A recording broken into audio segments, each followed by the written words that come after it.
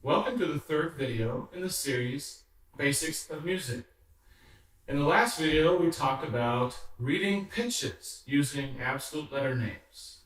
In this video, we'll talk about reading pitches using solfège. Solfège sounds like a fancy word, but it's actually not. You already probably know something about solfège, even if you didn't know the name. There are actually several names for solfège. We have solfège, solfeggio, sol-fa syllables. These all mean exactly the same thing. It is taking notes in a scale and assigning names to them. Now, a scale is a collection of ascending and descending pitches. There are all kinds of scales in the world, but there's only one scale that is used all the time in our hymnals. That is called a major scale. Again, it has a specific pattern of ascending and descending pitches.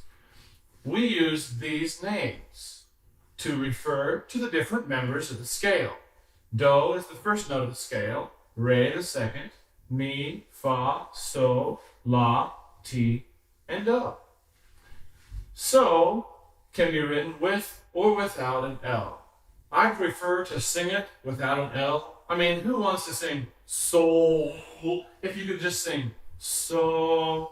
So that's how I prefer it. You might see it written either way. Now, when we look at a song, we'll find that it will have do on any one of these lines or spaces because do is movable. Let's pretend that here's our song and this first line is do. If the first line is do, then the space above it is re. The line above that is mi, fa, so, and so on. So let's say here's do. We could sing this scale on the staff like this. Remember, here's do. Do, re, mi, fa, so, la, ti, do. Well, do can be somewhere else. Thankfully, do usually stays in the same place for an entire song.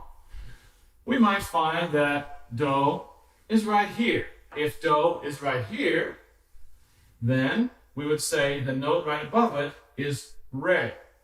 The note above that is mi, fa, so, and so on. So don't be confused with the fact that do can move.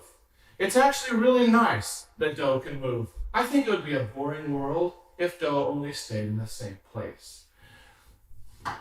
So, do can appear on any of these places. And if do was right here, we would say do, this is ti, this is la, this is so, and so on. Now, you see these funny shapes right here? Well, you've probably seen them in your hymnals, and we call them shaped notes. Some hymnals have them, some hymnals don't. Some pieces of music that you might sing with the choir may have them, and some pieces of music don't. They are basically a shortcut that tell us what the solfège name is. So you might find this do written on the staff. If this shape, this triangle shape, is written right here, it means that the third line is do. And you could go up do, re, mi, and so on.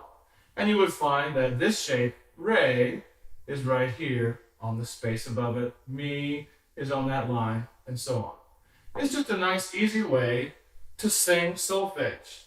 But it's also nice to be able to sing solfège without looking at the shapes, because they are a handy tool, but then they are a crutch that you might hobble if you don't have a crutch sometimes.